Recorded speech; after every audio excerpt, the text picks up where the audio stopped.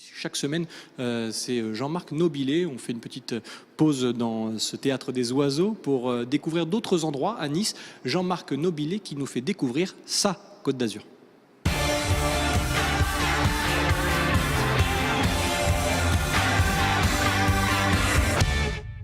Salut à tous. Alors je ne suis pas avec vous sur le plateau cette semaine, je suis navré, mais Thierry et Sébastien, séchez vos larmes, je serai là la semaine prochaine. Alors en tout cas, j'ai travaillé et je vous amène aujourd'hui dans le quartier nord de Nice, la Libération, voir un artisan qui a mis son savoir-faire au service de son talent artistique. Vous venez avec moi? Bonjour Alain Balino. Bonjour. Ça va? Ça va bien. Alors on est ici dans votre boutique. Votre atelier est juste derrière, on ira faire un saut après. Alors, expliquez-moi, c'est quoi votre métier à la base? Mon métier de base, c'est l'argenture, la dorure, et je restaure aussi les bronzes et l'orfèvrerie. Et qu'est-ce qui vous a donné envie de passer de l'autre côté? Pas du côté obscur, mais plutôt du côté qui vous a plutôt éclairé de l'artiste? Disons que en fait, c'est une envie qui était sous-jacente pendant toute ma carrière. Bon, pendant un certain nombre d'années, j'ai pas pu vraiment exprimer ça, et arrivé à un certain moment, un peu l'âge, un peu les responsabilités familiales, etc., j'ai pu décrocher un peu du côté obscur artisanal et passer de l'autre côté. Et donc, depuis cette époque-là, d'ailleurs, je consacre une bonne partie de mon temps à la sculpture plutôt qu'à la restauration d'anciens. Alors, vous utilisez quel type de matériaux? Du bronze, du laiton? Alors j'utilise surtout les métaux cuivreux, pratiquement à 100% les métaux cuivreux, parce que c'est mon matériau, c'est un matériau que je connais bien et qui m'a toujours plu et qui a l'avantage d'être ornementé la plupart du temps aussi. C'est un matériau qui est rare entre guillemets. Et ensuite, c'est la mise en volume, la sculpture par assemblage en fait. Je fais la sculpture par assemblage.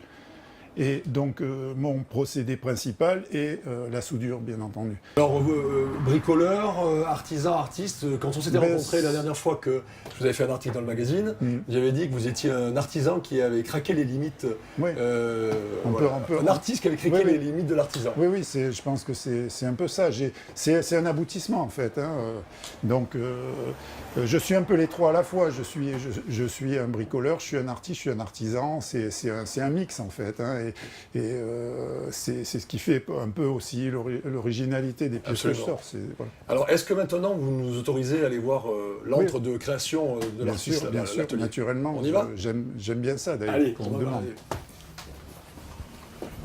Alors Alain, on est ici dans l'atelier. Oui. Ça, ce sont les pièces avec lesquelles vous arrivez à faire ça? C'est ce type de pièces-là, oui, que je récupère. Donc c'est ou de la lustrerie, ou du bronze d'ameublement, ou des objets, tout ce qui est en bronze. Il m'arrive aussi de récupérer de la quincaillerie, toutes sortes de choses, du moment que c'est du bronze. Parce qu'il faut quand même avoir une variété de pièces assez importante pour pouvoir, parce que tout ne va pas n'importe où. C'est ça. Et il faut pouvoir... Le travail d'assemblage est exceptionnel. Alors on le voit ici sur le dernier de vos créations. Moi je vous ai connu, vous faisiez donc notamment des vanités, vous en faites encore, un travail magnifique sur la flora d'Archibaldo, le Dark Vador qui était sublime, les dinosaures.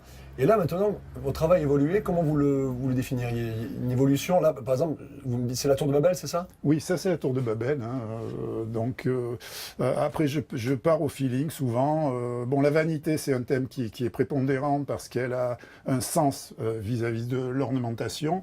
Mais en même temps, je me restreins pas à ce seul sujet-là. Et bon, après, c'est en fonction des humeurs, de mes pensées. Alors, en l'occurrence, la tour de Babel, je trouvais ça intéressant parce que c'est de l'architecture, et l'architecture, c'est un sujet que j'avais envie de traiter, et que j'ai envie de traiter particulièrement parce qu'il offre beaucoup de possibilités. Et alors là, c'est essentiellement de la quincaillerie, des charnières de meubles, avec un petit peu d'ornementation, mais là, je restais justement un peu en retrait par rapport à ce que je fais d'habitude. Et alors, par exemple, combien de temps pour finir un objet de ce type? Là, je pense que j'ai un bon mois de travail sur une pièce comme ça. Ouais. Merci Alain.